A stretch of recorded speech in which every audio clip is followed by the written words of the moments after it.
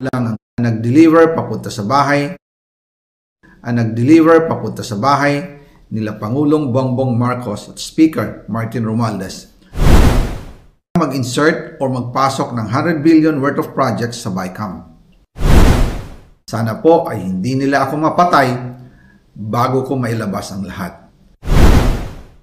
Ginawa ko lang ang utos sa akin, pero ngayon, handa na akong harapin ang lahat. Ginagamit ng administrasyon ang buong resources ng bansa para tumahimik ako. That he will shoot me if I will talk. Gagamitin ako bilang panakipbutas sa kanilang kampanya laban sa korupsyon.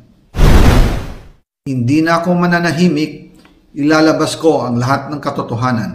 May resibo, may ebidensya, at may pangalan. Para sa bawat Pilipino, alam ko na buo ang galit ninyo sa akin ngayon. Nauunawaan ko rin kung bakit. Lalo na at malaki ang halagang nakataya. Pero bago kayo humusga, hayaan ninyong ipaliwanag ko ang buong katotohanan. Matagal akong hindi nagsalita dahil may direktang utos sa akin. Huwag nang bumalik ng Pilipinas at manahimik na lamang. Umalis ako noong July 19, 2025 para sa aking medical check-up. Nakaplanong bumalik pagkatapos ng SONA ni Pangulo. Pero habang papauwi na ako, tinawagan ako ni dating Speaker Martin Romualdez at sinabihan, "Stay out of the country. You will be well taken care of as instructed by the President." Noon naniniwala pa ako sa kanila, kaya't hindi ako bumalik. Tumikom ang aking bibig, sumunod ako, pero ang hindi ko alam, ang ibig pala nilang sabihin sa aalagaan ka namin ay gagamitin ako bilang panakipbutas sa kanilang kampanya laban sa korupsyon.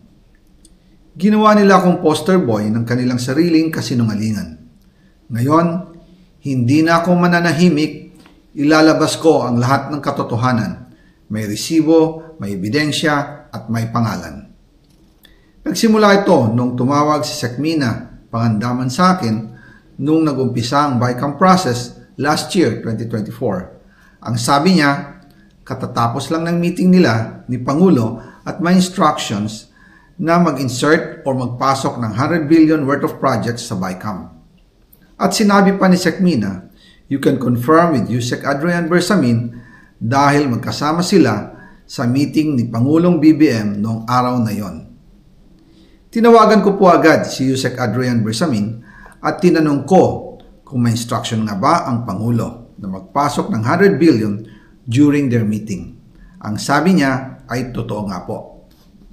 Right after our conversation, tinawagan ko po si dating Speaker Martin Romualdez at nireport ko ang instructions ng Presidente to insert the 100 billion projects. At sinabi niya sa akin, what the President wants, he gets.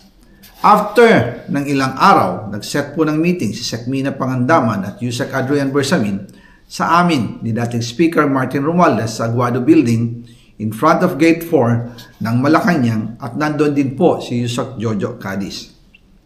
During the meeting, binigay po ni Yusek Adrian Bersamin ang listahan na worth 100 billion. Tinanong ko po si Yusek Adrian kung saan galing ang listahan. Ang sagot niya, galing kay PBBM mismo at binigay niya ito mula sa brown leather bag.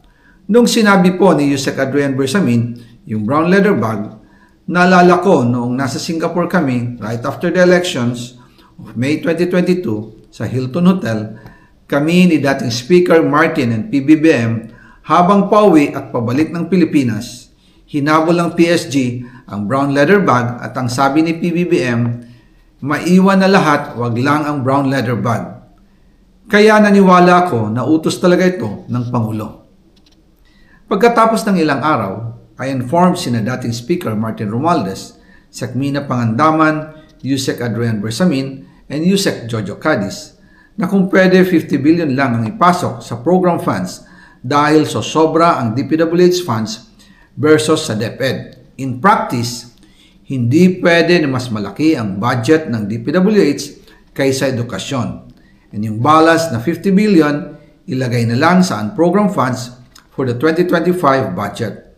Dahil Office of the President din ang nagre-release ng lahat ng unprogrammed funds. Pagkatapos ng isang araw, tinawagan ako ni Sec Mina at sinabi ang mensahe ng Pangulo. Ipasok ninyo yan dahil pinangako na sa akin ni Speaker Martin yan at hindi na pwedeng baguhin. Kumbaga, ang utos ng hari hindi pwedeng mabali. Again, I informed the Speaker and asked clearance about the instructions ng Pangulo.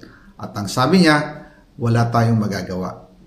Kaya po nagtataka ako kung bakit sinasabi ni Pangulo na hindi niya makilala ang budget, samantalang lahat na binawas at dinagdag sa mga ahensya ng gobyerno ay humihingi ng approval sa kanya si Sec Mina Pangandaman.